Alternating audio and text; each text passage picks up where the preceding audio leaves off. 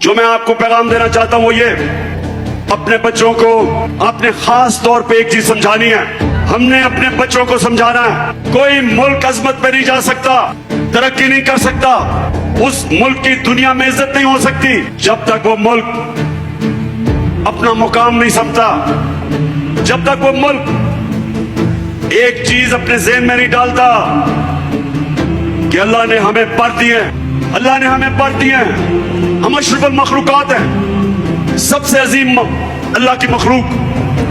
कोई जरूरत नहीं है कि हम जमीन के ऊपर चूंटियों की तरह रींगे, कि हम सब में अल्लाह ने सलाहियत दी है कि हम बड़े बड़े काम कर सकते हैं, हम अपने मुल्क को उठा सकते हैं, हम इसको वो मुल्क बना सकते हैं जो इलामा इकबाल की ख्वाब थी, एक मिसाली इस्लामी रियासत जो दुनिया के अंदर मिसाल बने। अल्लाह आपको एक बड़ा इंसान बनाता है, हम अपनी कमजोरियों की वजह से एक छोटा सा इंसान बन जाते हैं। मैं जब क्रिकेट खेलता था, मेरे से बहुत ज्यादा सलाहियत रखने वाले खिलाड़ी थे, मेरे से ज्यादा टैलेंटेड थे, लेकिन उनकी ख्वाब बड़ी नहीं थी, सोचते नहीं थे बड़ा। जब थोड़ा सा कामयाबी होती थी मुतमईन हो जाते थे या पैसे के पीछे लग जाते थे। ये मेरे कभी लफ्ज ना भूलना, पैसे को इस्तेमाल करना सीखो, पैसे से कभी इस्तेमाल ना होना। ला इलाहा इल्लल्लाह का मतलब समझो, सिवाय अल्लाह के जब आप किसी के चीज के सामने झुकते हैं वो शिर्क है, चाहे वो पैसे का बुत है, चाहे वो खौफ का बुत है।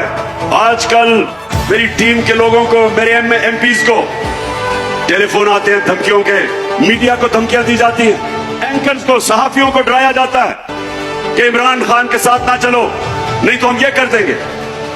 तो मेरी कौम, ये सबसे खौफनाक बुत पैसे के बुत के अलावा खौफ का बुत है। खौफ भी एक बड़े इंसान को छोटा बना देता है। आज तक कोई बड़ा खिलाड़ी नहीं निकला जिसने अपने खौफ को काबू नहीं पाया। कोई भी इंसान जो अपनी ख्वाब के पीछे जाने से डरता है वो बड़ा इंसान नहीं बनता। और इसलिए मैं जब प्राइम मिनिस्टर था, मैंने रहमतुल आलमीन अथॉरिटी बनाई। उसका मकसद ये था कि मेरे बच्चों को, इस मुल्क के नौजवानों को पता चले कि आज से तकरीबन 1500 साल पहले जब मेरे नबी सल्लल्लाहु अलैहि वसल्लम ने दुनिया की तारीख का सबसे बड़ा इनकलाब लेके आए थे, उन लोगों को जिनकी कोई हैसियत नहीं थी, कैसे उन्होंने उनको दुनिया की इमामत करवा दी, छोटे से लोगों को बड़े इंसान बना दिया, उनके खौफ खत्म कर दिए। वो लोग परवाज करते करते कई 100 साल तक उन्होंने दुनिया की इमामत की।